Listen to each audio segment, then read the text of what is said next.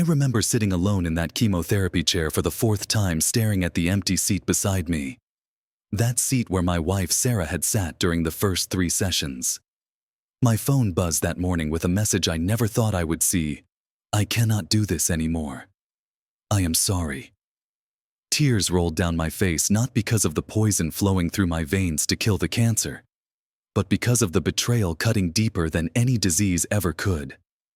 I never imagined the person I loved most would abandon me when I needed her the most.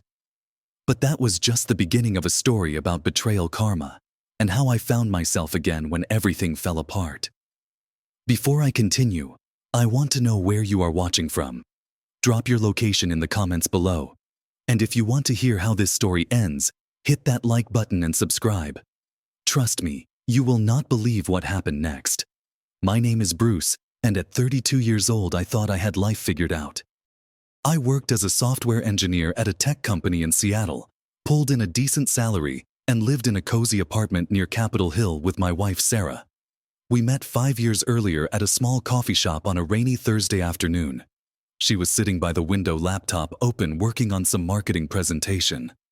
I accidentally bumped her table, nearly spilling her latte everywhere. Instead of getting angry, she laughed, and that laugh changed everything. Sarah worked in marketing for a startup downtown. She was energetic, always smiling, the type of person who could light up a room just by walking in. We got married 2 years ago in a small ceremony at a vineyard in Woodinville, surrounded by close friends and family. We did not have children yet, but we talked about it often. We were saving up for a bigger house, planning our future, dreaming about growing old together. Our life together felt perfect in all the ordinary ways that matter. Weekend mornings meant hiking trails around Rattlesnake Ledge or driving up to Snoqualmie Falls. Evenings were spent cooking dinner together, usually something simple like pasta or stir-fry, then settling on the couch to watch whatever new Marvel movie had come out. We had our routines, our inside jokes, our favorite Thai restaurant that we visited every Friday night. Everything felt solid, stable, like we were building something real. Then March arrived, and with it came the first signs that something was wrong. I started feeling exhausted in ways I could not explain. At first, I chalked it up to work stress. We had a massive project deadline approaching, and I was putting in 12-hour days trying to debug code and meet client expectations. But the fatigue persisted even after the project wrapped. Then came the weight loss. I dropped 15 pounds in a month without trying, without changing my diet or exercise routine. Sarah noticed before I did. "Bruce, you need to see a doctor," she kept saying. "This is not normal." But I brushed it off, told her I was fine, probably just needed more sleep and better vitamins. I hate doctors, always have. The sterile smell of hospitals, the waiting rooms, the uncertainty of test results. I kept putting it off until one morning in early April when I woke up coughing and saw blood in the sink. Sarah did not give me a choice after that. She drove me straight to the emergency room at Swedish Medical Center. The next 2 weeks became a blur of appointments, scans, biopsies, and blood tests. CT scans, chest x-rays, a biopsy that left me sore for days. We sat in waiting rooms holding hands, both of us trying to stay positive while fear gnawed at our insides. Sarah would squeeze my hand and say, "Whatever it is, we will handle it together." The day we got the results, Dr. Patterson called us into his office. I can still see the way he folded his hands on his desk, the sympathetic look in his eyes that told me everything before he even spoke. "Bruce, I am sorry to tell you this, but the biopsy results came back positive for lung cancer. Stage 3. It has spread to your lymph nodes." The words hit like a freight train. Stage 3. Lung cancer. At 32 years old. I did not smoke, never had. I lived healthy, exercised regularly, ate well. How was this possible? Sarah started crying immediately, her whole body shaking as she gripped my hand so tight it hurt. Dr. Patterson explained the treatment plan. Aggressive chemotherapy every 2 weeks, possibly radiation. And then we would reassess based on how the tumors responded. I felt numb walking out of that office. Sarah kept her arm around me, tears streaming down her face. "We are going to fight this," she said. "You are going to beat this. I am not going anywhere. We are in this together." Those words meant everything to me in that moment. I believed her completely. Treatment started in mid-April. The first chemotherapy session was scheduled for a Wednesday morning. Sarah took the day off work to come with me. We arrived at the cancer center at 8 a.m., and a nurse named Jennifer led us to the infusion room.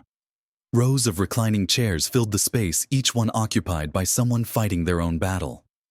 Jennifer got me settled, explained how the IV would work, told me the session would take about 4 hours. Sarah sat beside me the entire time, holding my hand, trying to keep my spirits up. She brought her iPad loaded with games, and we played stupid word puzzles together to keep my mind off the needle in my arm and the cold liquid flowing into my veins. When I started feeling nauseous halfway through, she rubbed my back and whispered encouragement. When we finally got home that evening, I collapsed on the couch, completely drained. Sarah made homemade chicken soup, brought me blankets, sat with me until I fell asleep. I remember thinking how lucky I was to have her. The second chemotherapy session came 2 weeks later in early May. Sarah came with me again, but I noticed something different this time. She seemed distracted, tired in a way that felt distant rather than supportive. She sat beside me, but her attention kept drifting to her phone. She would scroll through messages, smile at something on the screen, then quickly put it away when she noticed me watching. "You okay?" I asked during one of those moments. "Yeah, just work stuff," she said, forcing a smile. "You focus on getting better." "I am fine." When we got home that day, she did not cook. Instead, she ordered Chinese takeout and ate quietly while staring at her laptop. That night, she said she was exhausted and went to bed early.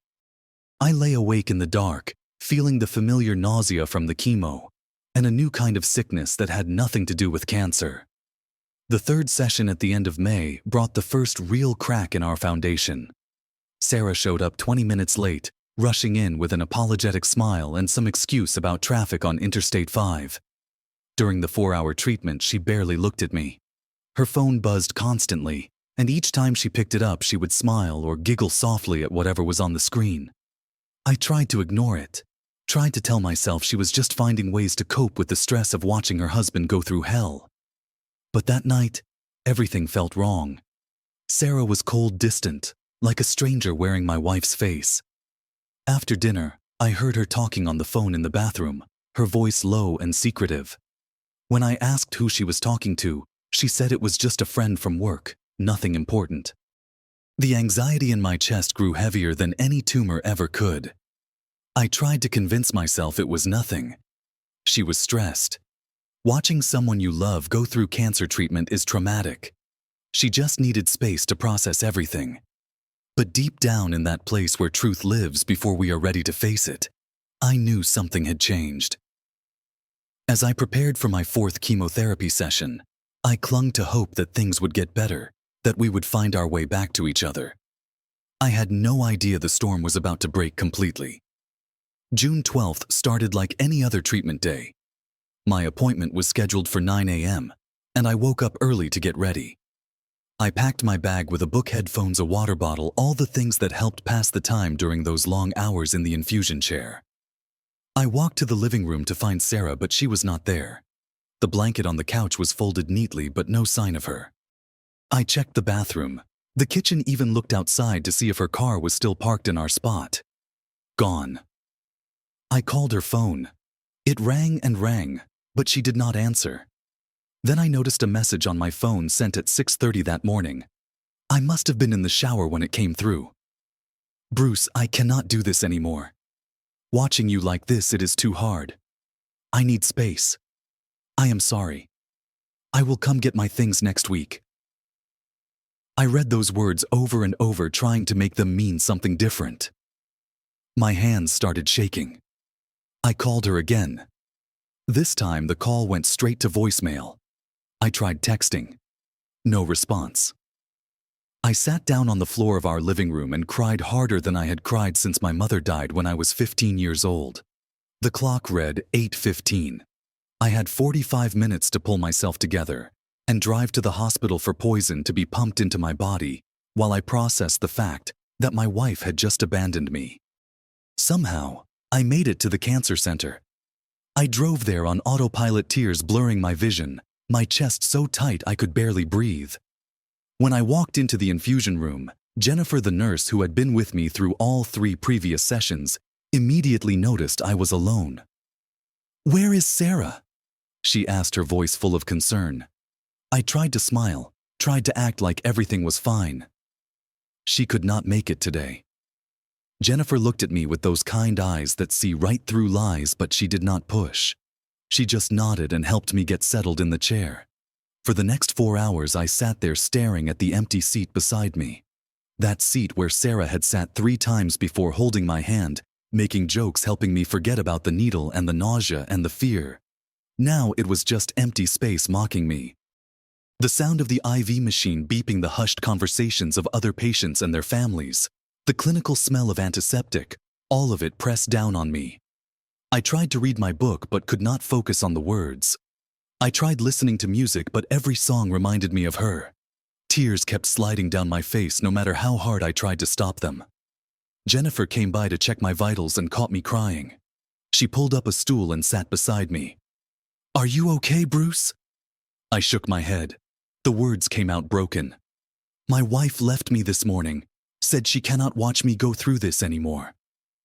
Jennifer put her hand on my shoulder. "I am so sorry. That is not fair. That is not right. But I want you to know something. You are stronger than you think. You are going to get through this with or without her." Her words helped a little, but the pain was still there, raw and bleeding. When the session finally ended, I drove home to an empty house. Sarah's clothes still hung in the closet. Her makeup still cluttered the bathroom counter. But she was gone, and the silence felt like drowning. I lay on our bed, hugging her pillow, breathing in the faint scent of her shampoo, and cried myself to sleep. The next morning, I woke up hoping it had all been a nightmare. But her side of the bed was still empty. I called her phone again. No answer. I sent texts begging her to talk to me, to explain, to give me something. Nothing. Just silence. On the second day after she left, I called her best friend Jessica, desperate for any information. Jessica hesitated when she heard my voice, and that hesitation told me she knew something. "Jessica, please. I need to know what is going on. Is Sarah okay? Where is she?" A long pause. Then Jessica sighed. "Bruce, I think you should know. Sarah has been seeing someone else." My stomach dropped. "What? Who?" "Her ex-boyfriend Tyler. They reconnected about 2 months ago at some marketing conference. I am so sorry. I thought you knew." Tyler. I knew that name. Sarah had mentioned him before, back when we first started dating. He was her boyfriend before me, some sales manager type with a Porsche and expensive suits. 2 months ago, right when I started chemotherapy, while I was getting poison pumped into my veins, while I was losing weight and hair, and hoped she was rekindling things with her ex. Everything clicked into place. The distracted behavior during my second session, the phone calls, the late arrivals, the distance. It was all because of him. I hung up with Jessica and sat in stunned silence. The betrayal cut deeper than any scalpel ever could. My wife had not just left me. She had been cheating on me while I fought for my life. She had chosen comfort and excitement with Tyler over commitment and sickness with me. The next few days blurred together. I stopped eating. I barely slept. My weight dropped even more. When I went for my follow-up appointment with Dr. Patterson, he took one look at me and knew something beyond the cancer was wrong. "Bruce, your physical health is one thing, but your mental state is just as important. Have you thought about seeing a therapist?" I shook my head. "I just need time." But time did not help. Every minute felt like an hour. Every hour felt like a day. I walked through my own life like a ghost, going through the motions, but feeling nothing except pain. A week after she left, I came home from a routine checkup to find her key on the kitchen counter and a note written in her familiar handwriting. "I am sorry. I know you hate me, but I had to choose myself. Tyler makes me happy. I hope you understand someday." I crumpled that note in my fist, rage and grief mixing together, until I could not tell them apart. I walked through our apartment and saw all the empty spaces where her things used to be. The closet half bare. The bathroom counter clear of her products. The photos of us together were gone from the shelves. Only our wedding photo remained on the wall, and I could not stand to look at it. I took it down and shoved it in a storage closet.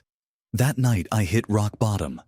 I sat alone in the dark holding a bottle of my chemotherapy pills, wondering what the point of fighting was if I had to fight alone. The cancer was killing me slowly. The betrayal was killing me faster. And I genuinely did not know if I had the strength to survive both. 3 days after I found Sarah's note, my phone rang. It was my younger sister Emma calling from Portland. Emma and I had always been close growing up, but life and distance had pulled us apart over the past few years. She had heard about the cancer diagnosis but did not know about Sarah leaving until our aunt mentioned it. "Bruce, why did you not tell me?" Emma's voice was sharp with hurt and concern. "I did not want to bother you," I said, my voice flat and lifeless. "Bother me, you are my brother. I am coming up there, right now." "Emma, you do not have to. I am already packing. I will be there tonight." She hung up before I could argue further. True to her word, Emma showed up at my door 6 hours later with 2 suitcases and a determination in her eyes that reminded me of our mother. She took one look at me, skinny and pale and hollow-eyed, and pulled me into a hug so tight I thought my ribs might crack. "You look terrible," she said, tears in her eyes. "Thanks." I managed a weak smile. "I am staying. I already talked to my boss. I am taking a leave of absence." "Emma, you cannot." "Yes, I can. And I am. End of discussion." Having Emma there changed everything. She cleaned the apartment, which had become a mess of takeout containers and dirty laundry. She cooked actual meals, healthy food that I had been too depressed to bother making. She came with me to my 5th chemotherapy session, holding my hand the way Sarah used to, telling me stupid jokes from her nursing school days to keep my mind occupied. "Remember when we were kids, and you convinced me that if I planted gummy bears in the backyard, a gummy bear tree would grow," she said during one of those sessions. I laughed for the first time in weeks. "You dug holes for 3 days. I was 7 and you were 12. You should have known better." I still think it could have worked. Those small moments of normalcy pulled me back from the edge. Emma reminded me that I was not alone, that blood runs deeper than marriage vows, that family shows up when everyone else disappears. One night, about 2 weeks after she arrived, Emma and I sat on the couch eating ice cream straight from the container. "Bruce, you survived losing Mom when we were kids," she said quietly. "You survived Dad's passing 5 years ago. You will survive this too. Sarah does not deserve your tears." Something shifted in me that night. Emma was right. I had survived loss before. I was stronger than I felt. And Sarah walking away was not the end of my story. It was just a painful chapter. I started changing my approach to everything. Instead of lying in bed dwelling on the betrayal, I got up early and took short walks around the neighborhood. I started writing in a journal, pouring out all the anger and hurt onto pages where it could not poison me anymore. I focused entirely on beating the cancer, on getting through each day, each treatment session, each small victory. The months crawled by. June became July, then August, September. Each chemotherapy session got a little easier, not because the poison hurt less, but because my mind was stronger. Emma stayed by my side through all of it, a constant source of strength and humor and love. By December, 6 months after Sarah had walked out, I completed my final chemotherapy session. Dr. Patterson ordered a new CT scan to see how the tumors had responded to treatment. The waiting period for those results felt longer than all the months of treatment combined. When I finally sat in Dr. Patterson's office with Emma beside me, he smiled before he even opened my file. "Bruce, I have good news. The scan shows significant shrinkage of the tumor. No signs of metastasis. You are in remission." I could not speak. Emma grabbed my hand and started crying happy tears. Remission. After everything, after the sickness and the betrayal and the darkest moments when I wanted to give up, I had beaten it. The months that followed brought continued healing. My hair started growing back. I gained weight, 20 pounds of healthy muscle from working out with a trainer at the gym. I went back to work part-time at first, then full-time when my energy returned. My co-workers had been incredibly supportive throughout everything, and coming back felt like rejoining the living. I joined a cancer survivor support group at the hospital and met people who understood what I had been through in ways no one else could. One of them, Marcus, became a good friend. He was a leukemia survivor who now worked as a personal trainer, and he pushed me to get stronger physically while we talked through the emotional scars. I learned to let go of the bitterness toward Sarah, not because she deserved forgiveness, but because holding on to anger was like drinking poison and expecting her to die. I forgave her for my own peace of mind, for my own freedom. And in that forgiveness, I found something unexpected: gratitude. If Sarah had stayed out of obligation, out of guilt, our marriage would have been a prison of resentment. We would have grown to hate each other. Her leaving, as painful as it was, freed me from a relationship built on conditional love. It showed me who truly cared about me when things got hard. Emma, Jennifer, Marcus, my co-workers. Those were my real family. Then in January, 7 months after Sarah left, something unexpected happened. I was at a coffee shop with Emma celebrating my latest clean scan results when my phone rang with an unknown number. I almost did not answer, but something made me pick up. "Bruce, it is me." Sarah's voice. I had not heard it in months, and the sound of it brought a flood of complicated emotions. Emma saw my face change and mouthed, "Who is it?" I held up a finger. "What do you want, Sarah?" Her voice cracked. "Can we talk, please? I need to see you." "Why?" She started crying. "Tyler left me. He cheated on me with his assistant. I just found out last week. Bruce, I made a terrible mistake. Can we please talk?" I sat there, phone pressed to my ear, and felt nothing but a strange calm. "Fine, we can talk. But just to talk. Nothing else." We agreed to meet 2 days later at the same coffee shop where we first met, the place where this whole story began. When I walked in, Sarah was already there, sitting by the window just like she had been 5 years ago. But she looked completely different. She had lost weight, looked tired and sad, her eyes red from crying. She stood when she saw me. "Bruce, you look amazing." I sat down across from her, saying nothing, waiting for her to speak. Sarah started talking, words tumbling out in a rush. Tyler had promised her everything. A future marriage, the life she wanted. For 3 months, things were perfect. Then he started coming home late, being secretive with his phone, making excuses. She found text messages between him and a woman from his office. When she confronted him, he admitted the affair and told her to leave. She had moved back in with her parents, lost her job because she could not focus, and spent the last month in pieces.